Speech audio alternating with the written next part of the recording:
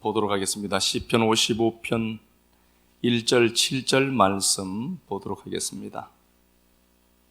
하나님의 거룩하신 말씀 시편 55편 1절 7절 말씀 봉독하도록 하겠습니다. 하나님이여, 내 기도에 귀를 기울이시고 내가 간구할 때에 숨지 마소서. 내게 굽히사 응답하소서. 내가 근심으로 편하지 못하여 탄식하오니 이는 원수의 소리와 악인의 압제 때문이라. 그들이 죄악을 내게 더하며 노하여 나를 핍박하나이다.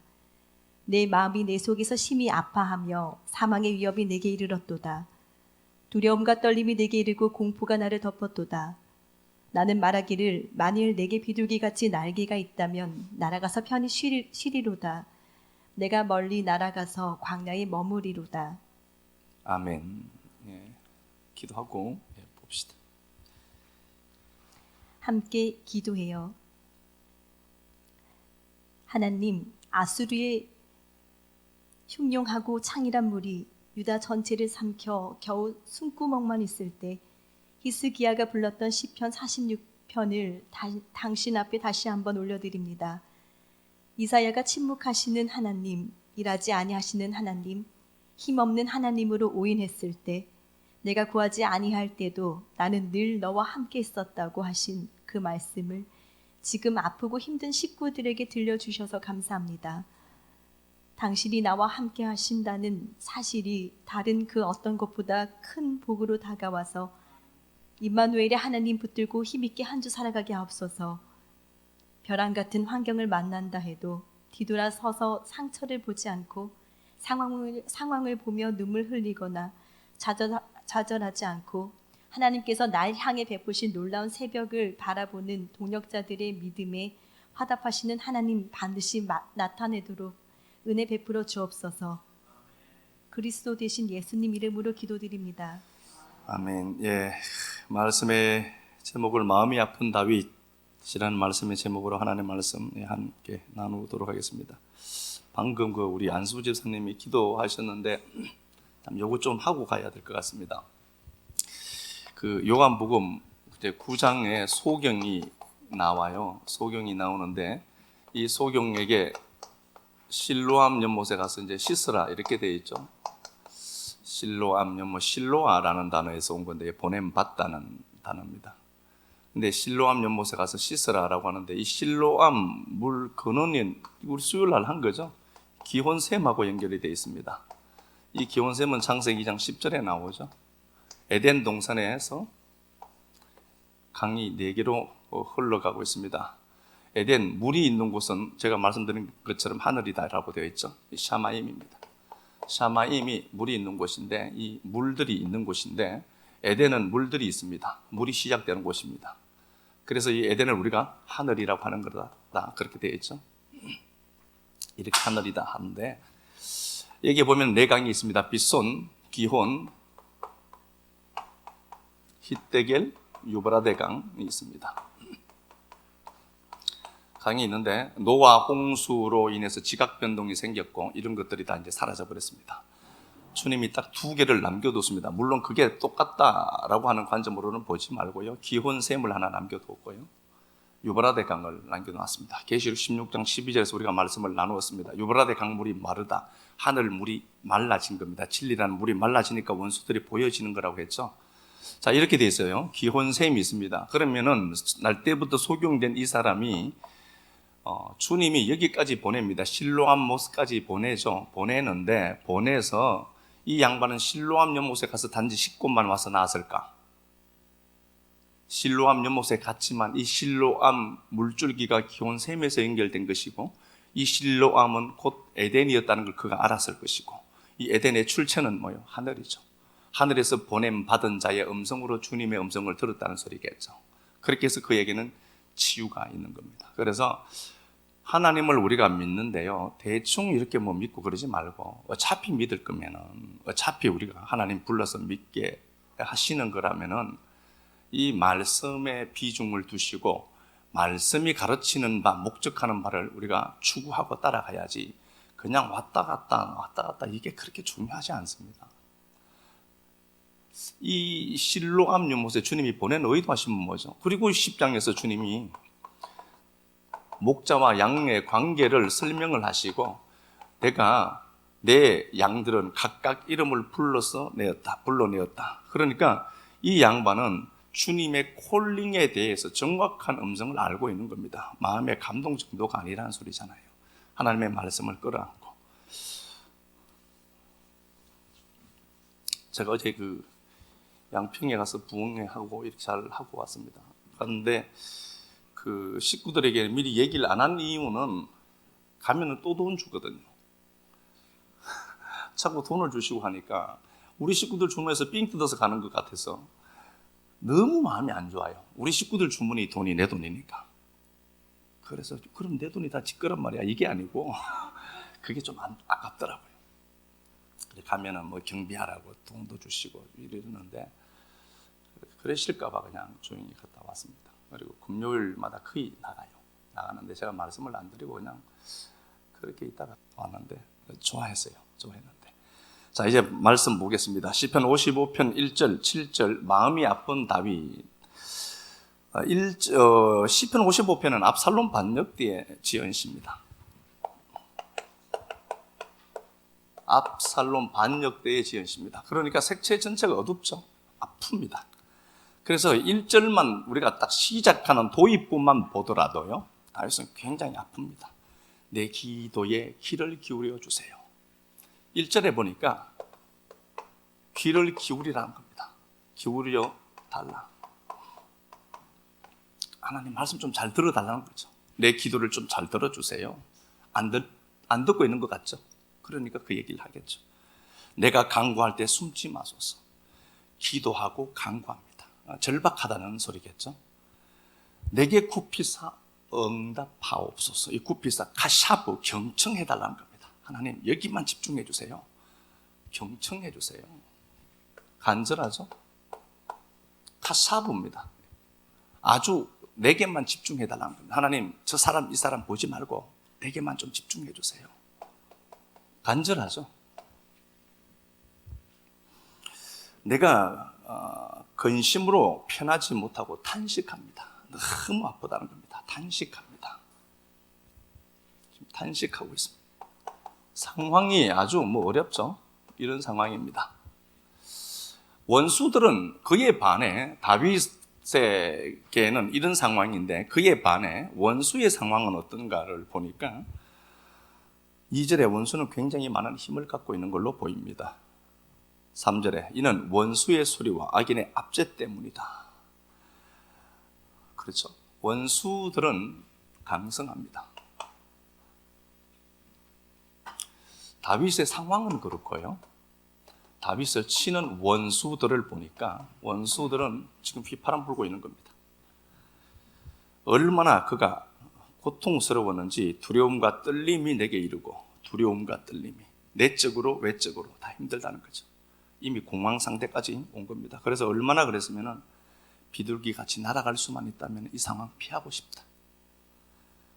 그래서 그가 내가 멀리 날아가서 이게 얼마나 싫었으면 이거 떠나고 싶은데 멀리 가고 싶다. 남자들 군대 갔다 오신 분들은 그러죠. 죽어도 이쪽 보고 오줌도 안 눈다 그러거든요.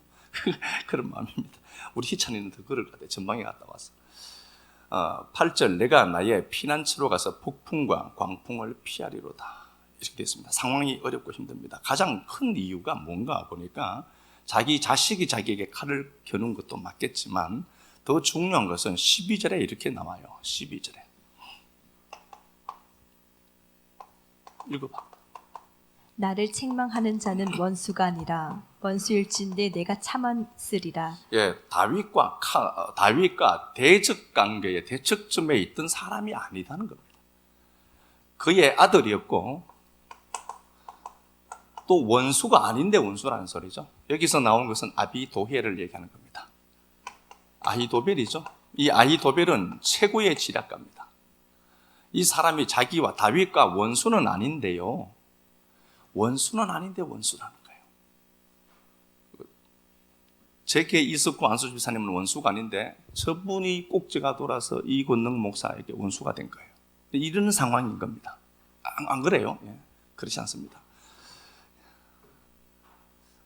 이런 상황이 되니까 얼마나 답답했겠습니까? 아프고 힘들고, 그렇죠?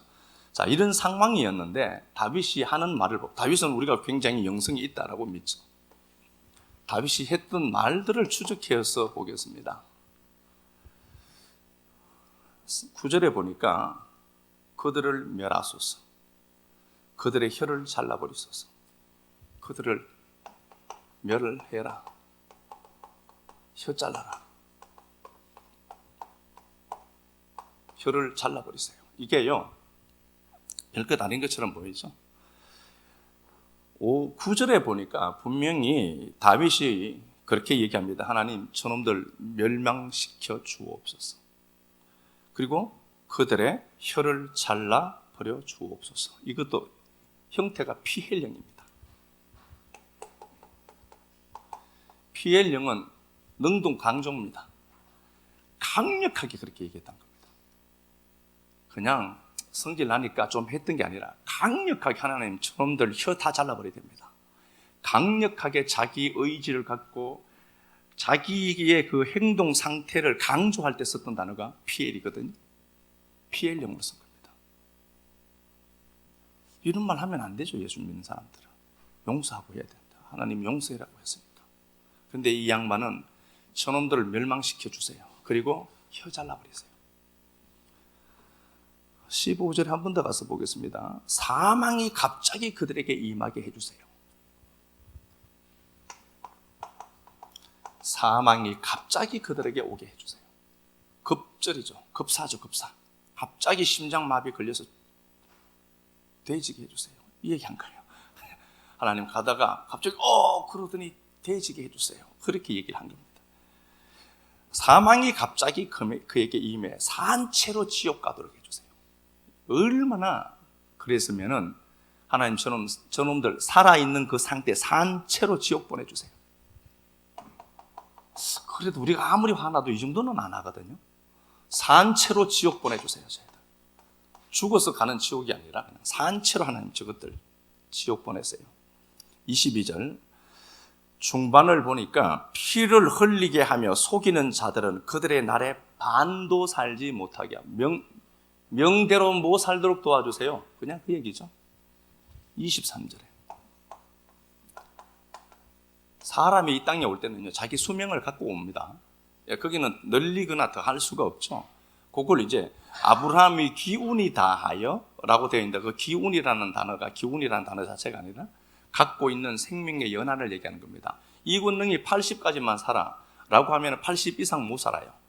그래서 인간은 본래 본성적으로 이 땅에서 살아야 될 시간들을 갖고 와요. 거기다가 더하거나 늘리거나 하지 못합니다. 히스기야는 늘렸는데 이렇게 또 얘기하죠. 근데 히스기야는 늘린 게 아니라 하나님의 계획 속에 히스기야는 15년 연장된 겁니다. 왜 그러냐 보면은 히스기야가 곧바로 죽어버리면 히스기야의 대가 없어요. 하나님이 다윗을 통하여서 다윗의 후손들의 왕이 끊어지지 않도록 하겠다라고 약속을 하셨거든요. 그러면 히스기야가 기도 안 하면은 머나세가 안 올까요? 기도 안 해도 하나님 주셨습니다. 어떤 방법이라든. 그런데 그 방법이 히스기야가 하나님 앞으로 나오는 걸로 하나님 하셨죠. 그래서 히스기야가 나와서 했다가 아니라 그렇게 만들고 하나님 허락해 주시더라. 그겁니다. 그러니까 원인을 자꾸 우리 쪽으로 가져와서는 안 돼요. 성경에서 말하는 원인은 하나님입니다. 명대로 살지 못하게 해주세요. 명을 짧게 해달라는 겁니다. 자기 수명 단축. 이러면 됩니까? 안 됩니까? 이거 몇 수입니까? 우리가 갖고 있는 도덕책 같은 성경으로 보면 이러면 됩니까? 안 됩니까? 안 되죠. 원수 사랑해라. 오른뺨 때리거든 왼뺨 돌려대라. 막 이렇게 돼 있거든요. 오리 가려고 하거든 심리 가라. 그게 아니라고 했죠. 오리 심리가 아니라니까요. 그게 그 하나의 짝으로 가주는 상태라고 했잖아요. 그런데 이 번역을 그렇게 해서 그래요. 근데 이렇게 봐요. 지금 다윗은 이러면 안 됩니다. 지금 우리가 갖고 있는 도덕 개념으로 보면은, 접근해 보면 다윗은 이런 말 하면 안 됩니다. 시편 109편 한 번 더 가서 보겠습니다.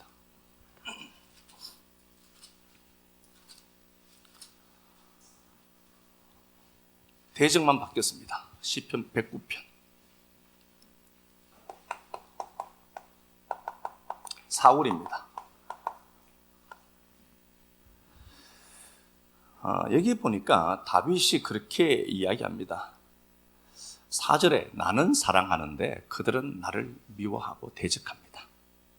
할 게 기도밖에 없다는 겁니다. 나는 사랑하는데 그럼 뭐예요? 자기가 사랑이라는 원인을 갖고 있으니까 사랑이 와야 될 것 같은데 내가 사랑이라는 원인을 내가 제공해 주지만 그들은 오히려 나를 대적합니다. 원인과 결과가 맞지 않아요. 인과응보의 틀을 깨는 거죠.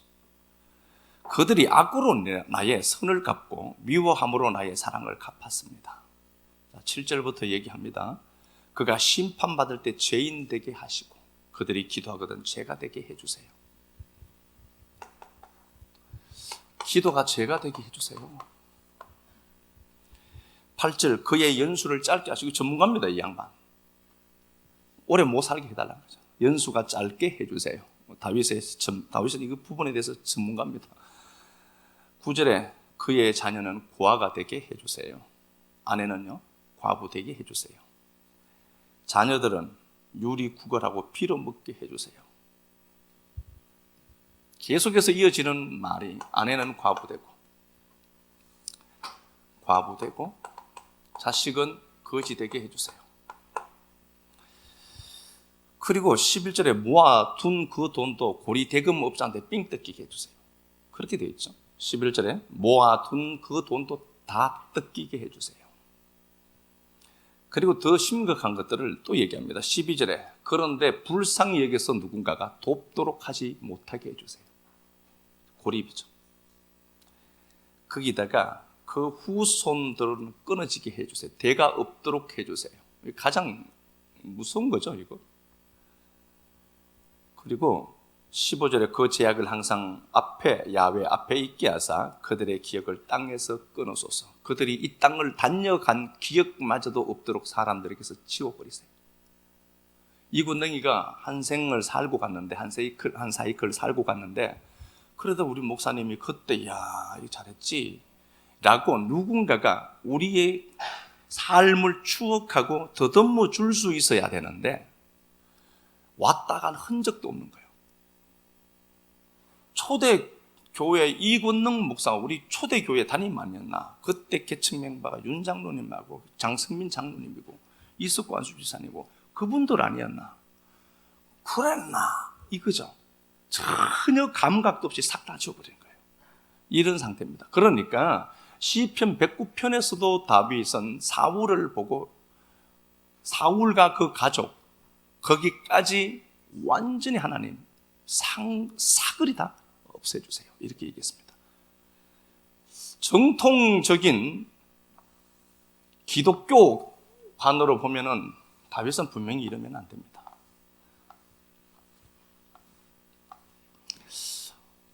그래서 제가 이번에 가서도 그렇게 얘기를 했습니다. 오른밤 때리거든 왼밤 돌려대라. 그렇지 않다. 그게 성경의 번역을 잘못해서 그렇다. 오른밤 때리거든 한 대 더 때려라. 그래서 딱 치고 붙들고 휴대폰으로 고발해라. 그리고 삥 뜯어서 교회 헌금해라. 할렐루야! 그런 거 아십니까? 그게 아니라 덱시오스라고 하는 옳은 진리라는 그 예수가 십자가에서 못 박혀 죽임당함으로 외인이라고 하는 뺨이라는 단어도 제가 원어에는 없다고 했잖아요. 외인이라고 하는 비진리가 스테레포 변화될 거야. 예수라는 십자가 진리가 죽임당해서 이권능이라고 하는 비진리가 변화돼서 예수쟁이 될 거야 라는 소리인데 이걸 오른밤 때리거든 왼밤 때려라 이게 아니라 치면은 딱 붙들고 고발 딱 해야 됩니다. 한 대 맞으면 진단이 안 나오거든요. 한 두 대 맞아야 2주가 나와요. 그러니까 더 때려라 때리거든 딱 해서 곧바로 붉은 기 가기 전에 붉은색 가기 전에 고발하는 거예요. 목사님 합의금입니다. 저도 좀 쓰고 뭐 돈은 주기 싫어서 이때는 정신을 바짝 차리죠. 말씀 들을 때는 흘러듣다가 다윗이요 사울 때나 압살롬 반역 때나 보면은 그는 분명히 아주 지독스럽게 사람들에게 저주를 부릅니다. 고아되고 뭐 과부되고 뭐 단명하고 거지되고 뭐 이런 말 다 써요. 그러면 이렇게 봅시다. 예수 믿으면 이러면 안 된다. 아니요, 그게 아니고 이 세상 살면서 다윗이 압살롬 반역이나 사울이라는 상황을 만났을 때 이런 상황들, 이런 단어들을 그가 갖다 쓰는 것은요, 나쁜 마음 품으면 안 된다. 예수쟁이들은 나쁜 마음을 품으면 안 돼로 배웠습니다. 그게 아니라 이건 나쁜 마음이 아니라 아픈 마음입니다. 이 세상에 나쁜 마음은 없습니다. 아픈 마음만 있다는 겁니다. 다윗이 아픈 겁니다. 내가 저 새끼 죽이고 싶다 저거. 야, 너 그럼 나쁜 마음을 예수님과 품으면 되냐? 그게 아니라 내가 저거 죽이고 싶어. 아, 너 진짜 마음이 아프구나. 얼마나 네 마음이 죽을 만큼 아프면은 저놈 죽이겠다라고 하니 나 진짜 아프구나. 이렇게 접근하라는 겁니다. 나쁜 마음은 없습니다. 하나님 이 부분에 대해서 아무 말씀 안 하신 것 아닙니까? 내가 하나님 저놈 진짜 저거요. 어떻게 저놈이 내게 이럴 수가 있습니까? 예수님들이 그런 나쁜 마음 품으면 안 돼. 그게 아니라 하나님은 그렇게 얘기합니다. 내 새끼가 아프구나. 아픈 마음만 있는 겁니다. 나쁜 마음은 이 세상에 없다. 단지 나쁜 마음이 아니라 아픈 마음만 있다. 그 아픈 마음을 잘 만져주는 자들이 교회 안에도 필요한 겁니다. 나쁜 마음은 없습니다. 너무 아파서 죽어버려야 되겠다. 오늘. 못 죽어요, 그런 사람들은. 죽어야 되겠죠. 아이씨, 죽어버려야 되겠다. 말 안 하는 사람들이 무서워요. 떡 벌리면서 죽어버리겠다. 100% 안 죽겠다는 말입니다. 내 마음이 아파. 죽을 만큼 아프다. 좀 알아봐달라는 거예요.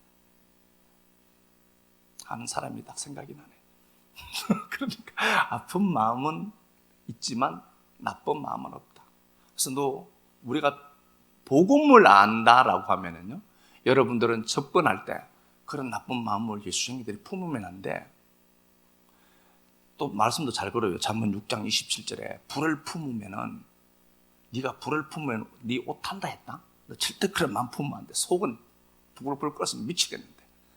너 아프구나. 정명신 알죠? 그냥 그랬구나. 난 저는 좀 간지럽더라고요. 그런데 나쁜 마음 분명히 기억해야 될 건 그겁니다. 나쁜 마음은 없다. 제가 아파서 저렇다. 본문 다시 가서 볼게요. 벌써 할 말 다 했어요. 빨리 끝날 것 같은데.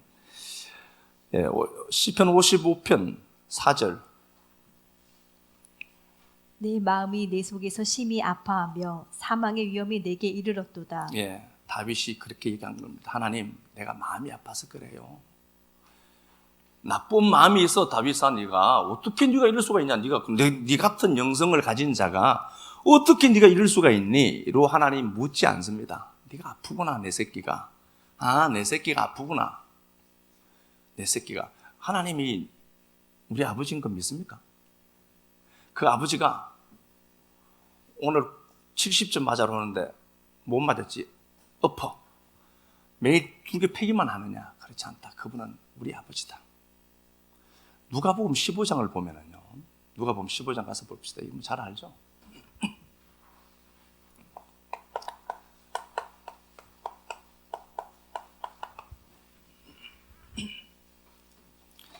누가복음 15장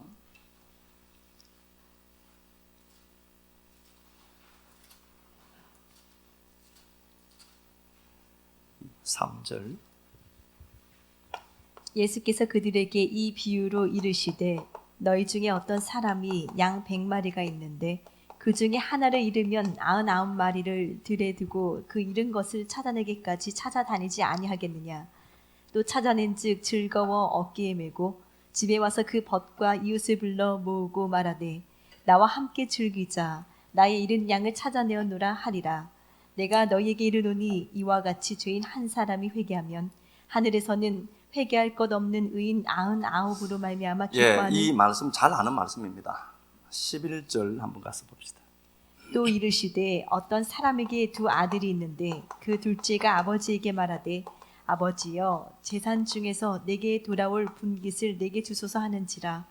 아버지가 그 살림을 각각 나눠 주었더니 그 후 며칠이 안 되어 둘째 아들이 재물을 다 모아가지고 먼 나라에 가 거기서 허랑방탕하여 그 재산을 낭비하더니 21절 아들이 이르되 아버지 내가 하늘과 아버지께 죄를 지었사오니 지금부터는 아버지 아들이라 일컬음을 감당하지 못하겠나이다 하나 아버지는 종들에게 이르되 제일 좋은 옷을 내어다가 입히고 손에 가락지를 끼우고 발에 신을 신기라.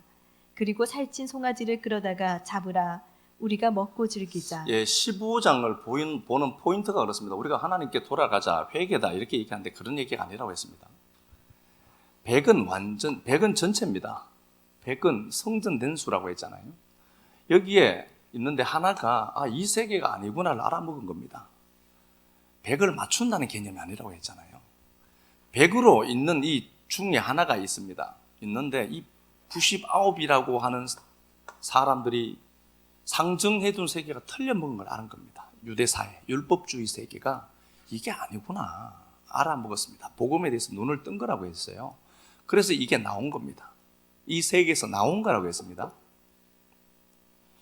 그래서 다윗이 이런 양을 찾으소서 자기를 그렇게 얘기한 거라고 했잖아요. 나왔어요. 나오니까 목자가 그걸 알고 이 한 마리 양 30만 원 하는 양을 어깨에 짊어집니다. 어깨가 세켐이라고 했죠. 힘이라고 했습니다. 힘이라는 단어입니다. 어깨에 짊어졌다는 것은 그게 진짜 힘이라는 겁니다. 이게 아닌 걸 알고 나온 겁니다. 이 세계에서 탈출해낸 겁니다. 그리고 이 99마리는 에레모스라고 하는 빈들은 울타리가 없는 곳이라고 했습니다.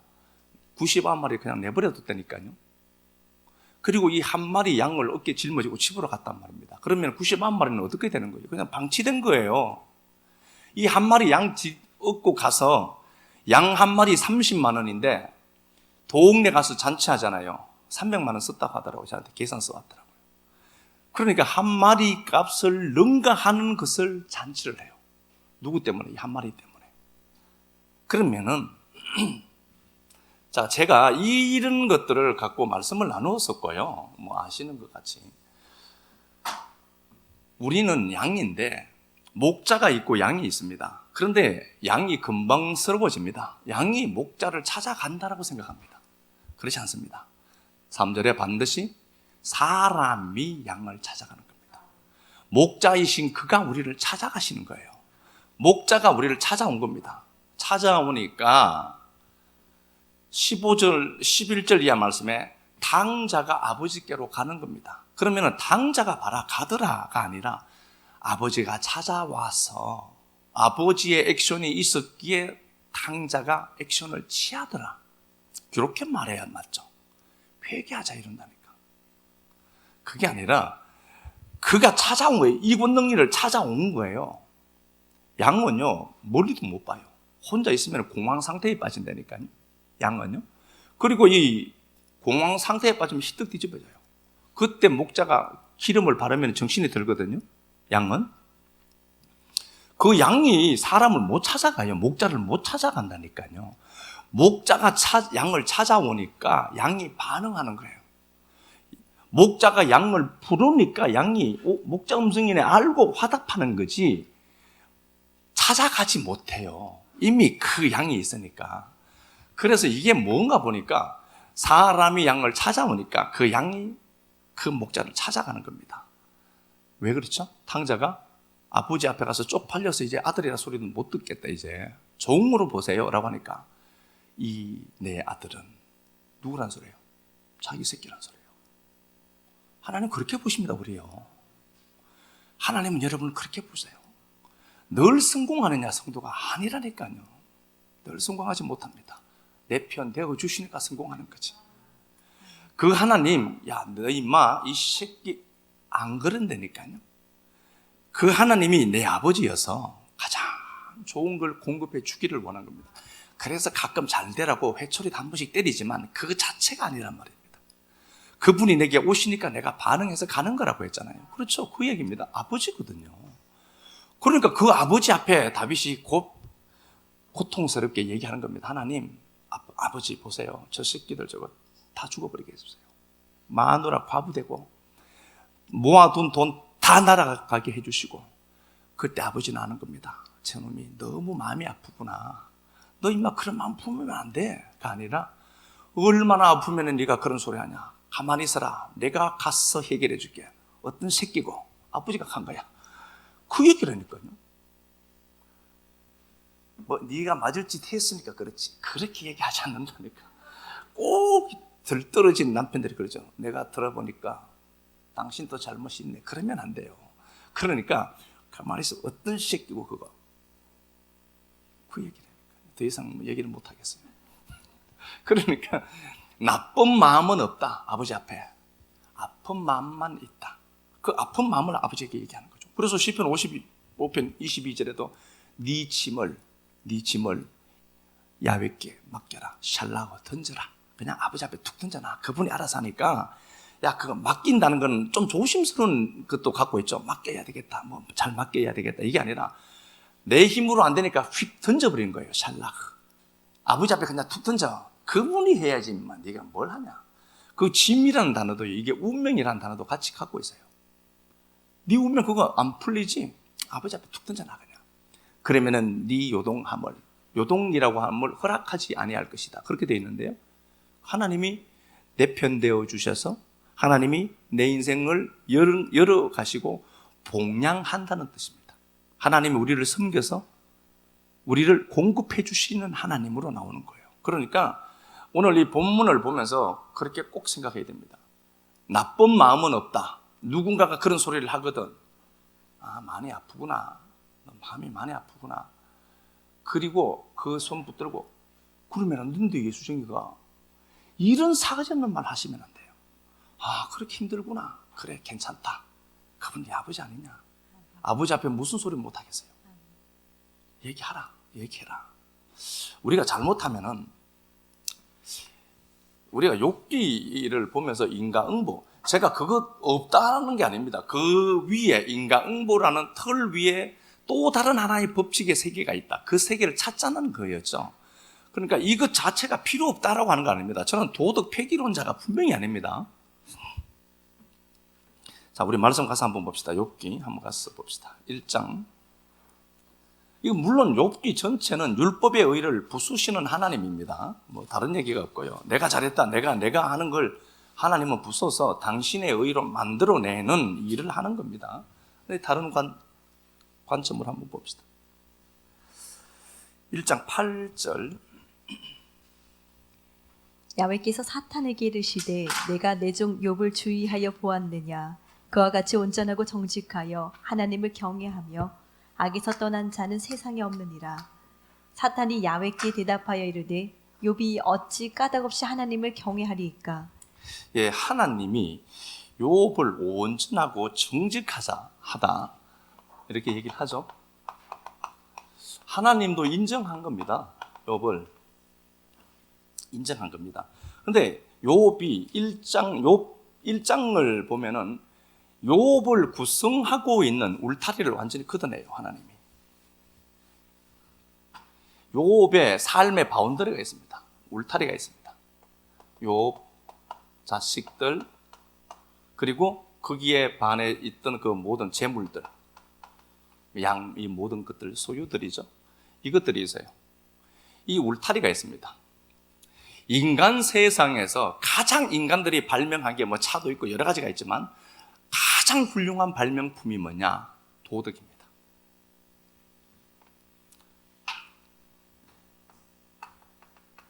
도덕윤리입니다. 이게 나쁘다는 거 아닙니다. 도덕윤리입니다.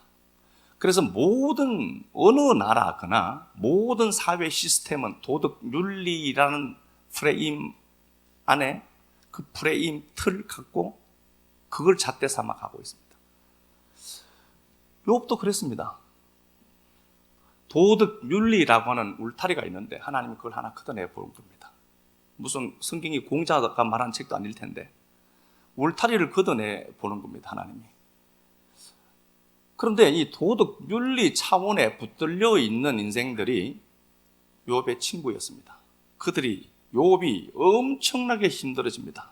병들고 자식들이 죽고 재물들이 이게 다 날아가 버렸습니다. 사라졌습니다.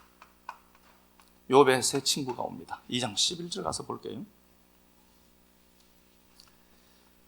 2장 11절.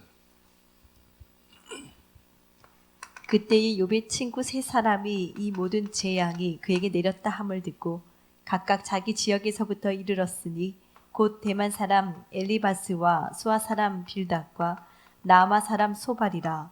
그들이 욥을 위문하고 위로하려 하여 서로 약속하고 오더니 눈을 들어 멀리 보매 그가 욥인 줄 알기 어렵게 되었으므로 그들이 일제히 소리질러 울며 각각 자기의 겉옷을 찢고 하늘을 향하여 티끌을 날려 자기 머리에 뿌리고 밤낮 7일 동안 그와 함께 땅에 앉았으나 욥의 고통이 심함을 보므로 그에게 한마디도 말하는 자가 없더라. 예, 욥의 세 친구가 찾아왔습니다. 이 사람들 좋은 사람들입니다. 멀리서 욥을 보았는데 너무 몰골이 말이 아닙니다. 그래서 이들은 셋은 찾아와서요 7일 동안 주야로 있었습니다. 이거 사람이 할 수 있습니까? 이거 하룻밤 상당해서 하룻밤 같이 있어주는 것도 못합니다. 우리는 또 물론 살아야 되니까 그렇죠. 7일을 함께 있었습니다. 그리고 그들은 아무 말도 하지 않았습니다. 위로가 안 된다는 걸 알고 있습니다. 위로가 안 돼요. 이런 상황에 이들이 있습니다. 좋은 사람들입니다. 그런데 이 사람들이 계속 이렇게 있다가 욥에게 드디어 말문을 엽니다. 말씀 가서 보도록 할게요. 4장 가서 봅시다. 4장 7절. 이거 본 건데 그냥 한 번만 가서 보겠습니다. 4장 7절. 생각하여 보라. 죄 없이 망한 자가 누구인가? 정직한 자의 끊어짐이 어디 있는가? 내가 보건대 엘리바스도 접근을 그렇게 합니다. 죄가 있어서 이렇다 이거 분명히. 네가 무언가가 있을 거야. 잘 회개해봐라. 다 접근 그래 합니다. 어떤 사람이 문제가 생깁니다. 그래서 내가 그 새끼 죽이고 싶어. 야, 예수님들이 그러면 안 돼. 오른밤 때리거든 왼밤도 돌려드렸는데 너 그런 나쁜 마음 품으면 안 돼.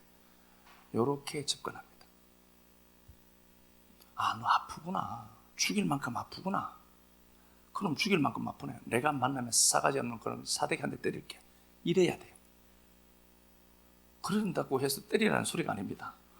예, 힘도 없으면서 엘리바스가 죄가 있어서 그럴 거다 라고 접근한 겁니다. 누구나 접근하는 겁니다. 도덕으로 보면은요. 5장 8절. 나라면 하나님을 찾겠고 내일을 하나님께 의탁하리라. 예, 하나님 좀 찾아봐라. 하나님 찾아봐라. 이 상황 통해서 네가 잘못한 게 뭐가 있는지 하나님 한번 찾아봐라. 이런 말 참 많이 하죠. 이거 우리가 자주 쓰던 말들이에요. 우리가요. 쓰던 말입니다. 5장 6절 뭐 됐습니다. 그만 봅시다. 엘리바스는 이제 그만 보고요. 8장으로 가서 봅시다. 빌닷 한번 봅시다. 8장 7절 한번 봅시다. 내 시작은 미약하였으나 내 나중은 심히 창대하리라. 예, 이 말 붙은 거 떼내야 됩니다. 이거. 그 예수쟁이들이 이거 많이 붙여놨어요. 사업장 같은 데다. 시작은 미약하였으나 나중은 창대하리라. 이 빌닷이 했던 말이거든요. 틀린 말입니다. 물론 좋은 말입니다. 번창하게 한다는 좋은 내용을 갖고 있기 때문에 그렇습니다. 그런데 이 양반이 수아 사람 빌닷인데요. 4절에 네 자녀들이 죄지어서 그렇다. 빌닷이 네 자녀들이다. 자식들 때문에 그래. 로 얘기하는 겁니다. 이렇게 접근할 수 있죠. 계속해서 욥이 하는 말을 이렇게 들어요. 2절, 네가 어느 때까지 이런 말 하겠니? 욥에게 하는 소리입니다. 욥이 너무 힘든 겁니다. 그래서 아픈 마음을 이야기하는데 나쁜 마음 얘기하면 안 돼로 얘기하는 겁니다. 네가 어느 때까지 이런 말 하겠고 어느 때까지 네 입의 말에 거센 바람과 같이 하겠니?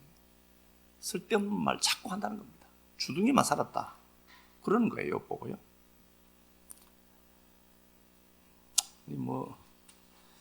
11절 한번 보면은요. 11절 똑같은 겁니다. 왕골이 진펄 아닌 데서 자라고 갈대가 물 없는 데서 자라겠니? 인과응보, 원인과 결과가 분명히 있다는 겁니다. 11절에도. 원인이 있었고 결과가 있다. 세상 모든 일이 원인과 결과가 있느냐는 겁니다. 전두환 씨는 벌써 죽어야 돼요. 그 양반도 불교예요. 근데 그 자식들 잘 돼요. 이건 뭐예요 그럼? 하나님 눈 감고 계신 겁니까? 시편 17편에도 그렇게 했죠. 하나님 시편 17편 13절에도 하나님 주의 재물로 배불리 먹고 사는 새들이 있습니다. 세상 사람들. 근데 걔들은 자식들에게 상속도 해요. 돈도. 손대는 것마다 이상하게 돼요. 시편 17편 얘기 아닙니까? 우리는 한 달 모았는데 한 달 후에 나가요. 그런데 이 전두환 씨는 죽지도 않아요. 차도 좋은 차 타고 다니거든요. 그런데 초대교회에 없는 사람 박은 없지. 박집사 있는데 티쿠 타고 다니다가 교회 빨리 올라다가 벤츠 박아서 죽었단다. 성도는 그래요. 성도가 힘이 없는 걸로 보여요. 그러면은 이 인과응보라는 사상이 다 맞느냐? 세상에는 이 틀로도 해석이 안 되는 게 있어요. 이걸 인정해야 되는 겁니다. 자, 제가 드리고 싶은 말씀이 있어서 그래요. 계속 이런 말을 하는데요. 자, 11장 가서 봅시다.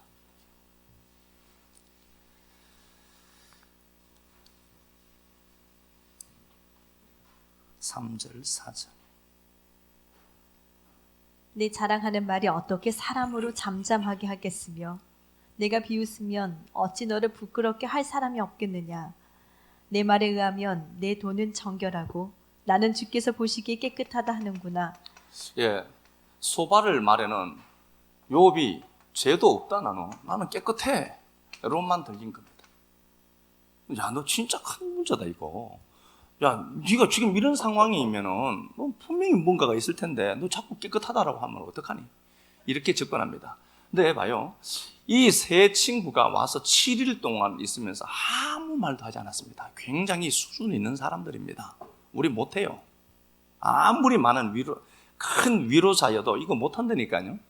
이 사람들 굉장히 중요한 위치에 있는 위로자들입니다. 그런데 이들이 갖고 있는 모든 틀은 도덕 윤리라는 프레임에 딱 짜져 있는 대답을 한 겁니다. 그런데 하나님은 욥의 삶에 오셔서 도덕 윤리라고 하는 테두리로 만들어진 욥의 울타리를 하나씩 걷어내기 시작해요.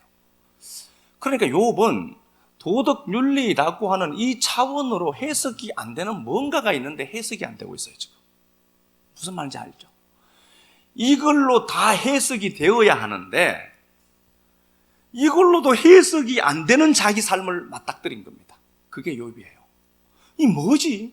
이게 뭘까?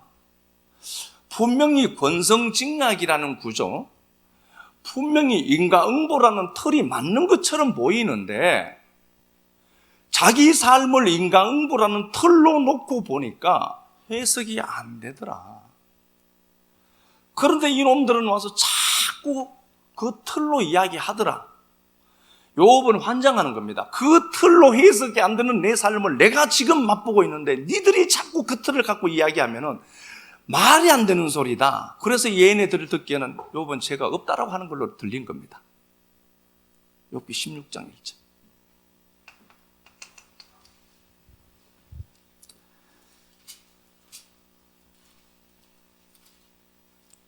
헛된 말이 어찌 끝이 있으랴. 내가 무엇에 자극을 받아 이같이 대답하는가. 예. 그러니까 16장 2절 이런 말은 내가 많이 들었다. 너희는 다 재난을 주는 위로자다. 필요 없다 니들. 이런 말 너무 많이 들었다 나. 니들은 재난을 주는 위로자다. 그 위로가 되냐? 그게 안 된다는 겁니다. 나쁜 마음이 아니고 아픈 마음이구나. 욥아, 네가 아파서 이렇게 표독스럽게 얘기했구나. 알아야 되는데 예수쟁이가 나쁜 마음 품으면 안 된디. 내가 기도해보니까 네가 이게 잘못됐다더라. 이따구 소리 한다니까요. 힘든 사람 옆에 가서. 아팠구나. 그래야 되는데. 오늘 이 말씀 듣고도 강 크게 그런 사람들이 있다면 빨리 돌이키는 은혜가 있기를. 정문 집사님하고 눈이 딱 마주쳤어요. 정문 집사님 저 책값 줄 때가 되는데 돈을 안 주네. 빌려봐, 이런 건 치우지 말고 그대로 내보내라. 네. 들었으면 또 돈 주시겠지. 그러니까 봐요, 위로자가 니들 그런 잘못된 위로자다, 그렇게 얘기를 하죠. 19장 가서 볼게요. 19장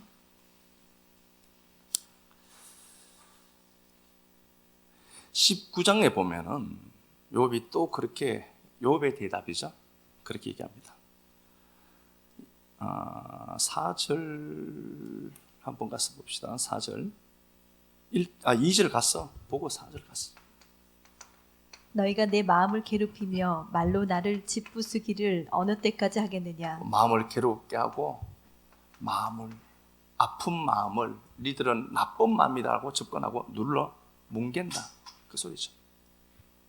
4절 비록 내게 허물이 있다 할지라도 그 허물이 내게만 있느냐. 야, 그래, 내가 니들 말대로 죄가 있다라고 하자. 그죠? 죄가 있다라고 하자. 이게 나뿐이냐? 니들은 없냐는 겁니다. 제가 이익운능 목사가 목사이기 때문에 이렇게 얘기하는 겁니다. 저도요, 하나님 보시기에 카운트하면은 저 이 자리에 못 있어요. 똑같은 겁니다. 집에 가서 어떤지도 모르고요. 여러분들은 말씀 들어와서 넥타이는 안 맸지만 양복 입고 있으니까 뭐 그냥 그런데요, 저도 진짜 나쁜 놈이거든요. 알고 보면 다 그래요. 자기를 저렇게 얘기하는 거 보니 뭐가 있네 이렇게 생각하지 말고요, 다 그렇다는 거예요. 꼭 머리 나쁜 사람들은 그렇게 생각을 한단 말이에요.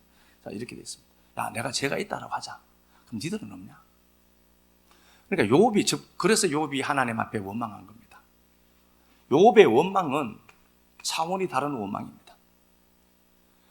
분명히 이 틀이 맞는데, 사람들이 살아가는 이 틀이 맞는데 이 틀로 자기 삶을 해석해보니 해석이 안 되더라.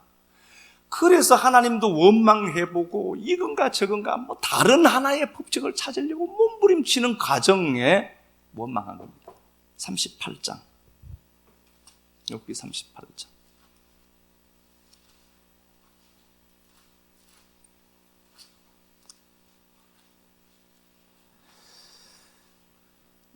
일절 보면은 하나님이 말씀하십니다. 그때에 야훼께서 폭풍 가운데 욥에게 말씀하여 이르시되 무지한 말로 생각을 어둡게 하는 자가 누구냐? 너는 대장부처럼 허리를 묶고 내가 내게 묻는 것을 대답할지어다. 네가 땅에 기초를 놓을 때 어디 있었니? 네가 깨달아 알았거든 말해봐라. 이런 이야기를 계속해서 이야기합니다. 하나님 계속해서 이런 일들을 말씀하고 계십니다. 욥에게 38장에서 야, 욥아, 네가 대장부처럼 허리를 딱 묶고 내가 하는 질문에 네가 대답 한번 해봐. 내가 지구를 만들 때 너 뭐 했니? 모르는 겁니다. 사람은요, 많은 걸 안다라고 하지만 사실 모르는 게 너무 많습니다.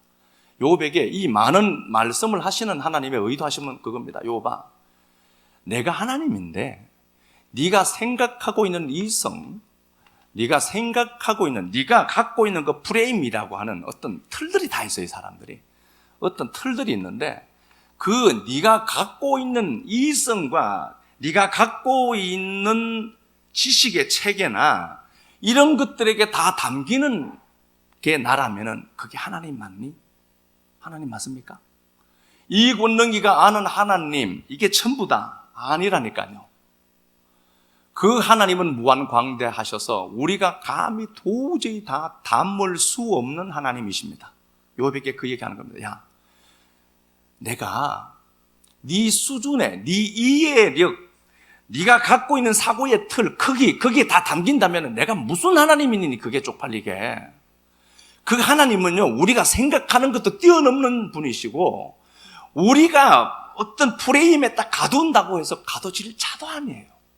욥에게 그 얘기하는 겁니다. 욥아, 이 바보들 세선 도덕 윤리라는 잣대로 너에게 접근하잖아. 하나님이 틀려먹었다고 했다니까. 그런데 요업은 그걸로 해석 안 되는 자기 삶을 보면서 또 다른 어떤 하나의 법칙이 있을 텐데 찾을 방법도 없고 이해할 방법도 없는 겁니다. 그래서 하나님 앞에 원망도 해보고 여러 가지 해보면서 느낀 게 뭐냐, 얘네들은 하나님 제게 자꾸 이렇게 접근하는 겁니다. 그런데 나는 분명히 풀리지 않는 게 있는데 왜 그런지 모르겠지만 풀리지 않는 게 있어요 이거 라고 접근하죠.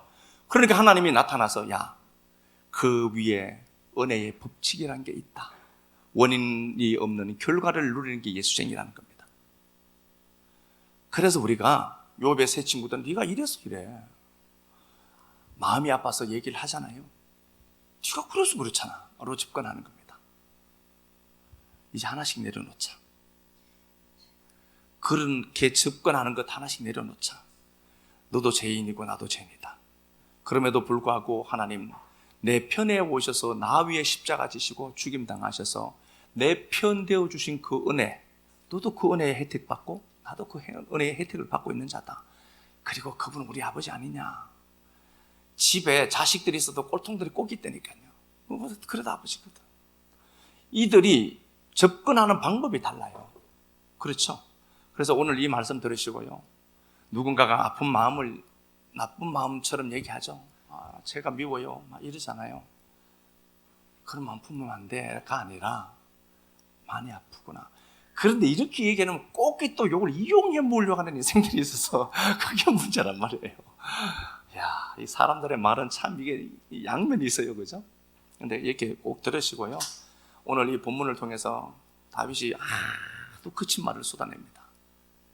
다윗이 나쁜 마음이 있어서 그런 게 아니라 마음이 아파서 그래. 마음이 아픈 분들 있죠? 하나님이 무슨 수를 해도 가만두십니다. 저는 가다가 교통사고 나서 그것도 앞 타이어 바퀴 빠져가고 뒤집어지게 해주세요. 그래도 이놈아 네가 그런 데냐, 네가 아프구나, 오늘은 그럴 것 같아요. 그러니까 하나님 앞에, 하나님 내 마음이 너무 아프니까 나 좀 만져주세요. 우리 고백 한번 드리도록 합시다. 창조주가 우리 아버지여서 너무 행복합니다. 사랑하는 주님, 언제나 내 편 되어주시는 든든한 당신이 계셔서 그 하나님을 감히 아버지라 부를 수 있는 특권 주셔서 감사합니다. 사랑하는 주님, 시편 55편, 시편 109편 통해서 마음이 아픈 다윗을 들여다보았습니다. 그럼에도 불구하고 당신은 선이심에도 불구하고 그렇게 쏟아내고 있는, 저주를 쏟아내고 있는 다윗을 보고 나무라지 아니하시고 내 새끼가 아파서 저렇구나를 알아내셨던 아버지 하나님, 때로는 우리가 말씀을 안다라고 접근하면서 욥의 세 친구처럼 접근할 때가 많았습니다. 그러나 인생 이 정도 살다 보니까 그 틀들이 모든 환경과 상황에 다 맞지 않다는 것도 보고 살아갑니다. 사랑하는 내 아버지 하나님, 누군가가 독한 말을 쏟아내거든 제가 마음이 아파서 그렇구나 이해할 수 있는 은혜가 있도록 우리를 복되게 하옵소서. 그리하여 기꺼이 그 옆에 성령의 동력자인 우리들로, 또 누군가에게 파라클레토스로 파라칼레오하는 곁에 누군가 곁에 서줄 수 있는 용기 가진 믿음의 식구들 많아지도록 하나님 도와주시기를 원합니다. 이 말씀이 흥왕하여 세력되도록 도와주시고, 이 말씀 꼭 우리 신비에 새겨지도록 안착되도록 성령님 도와주옵소서. 소망이 되고 희망이 되고 기쁨이 되도록 이 말씀 위에 역사하여 주시고, 또 방송으로 말씀을 듣는 모든 자들에게도 우리에게 주어진 위로가 동일하게 나타나게 하옵소서. 주님 앞에 드린 시간들, 또 그 열심들, 헌신들, 섬김들 꼭 기억하시고, 하나님 이 땅 살아가면서도 꼭 갚으시는 하나님의 역사 보도록 축복하옵소서. 사실은 그리스도 예수님 이름으로 축복하고 기도 드리옵나이다. 아멘.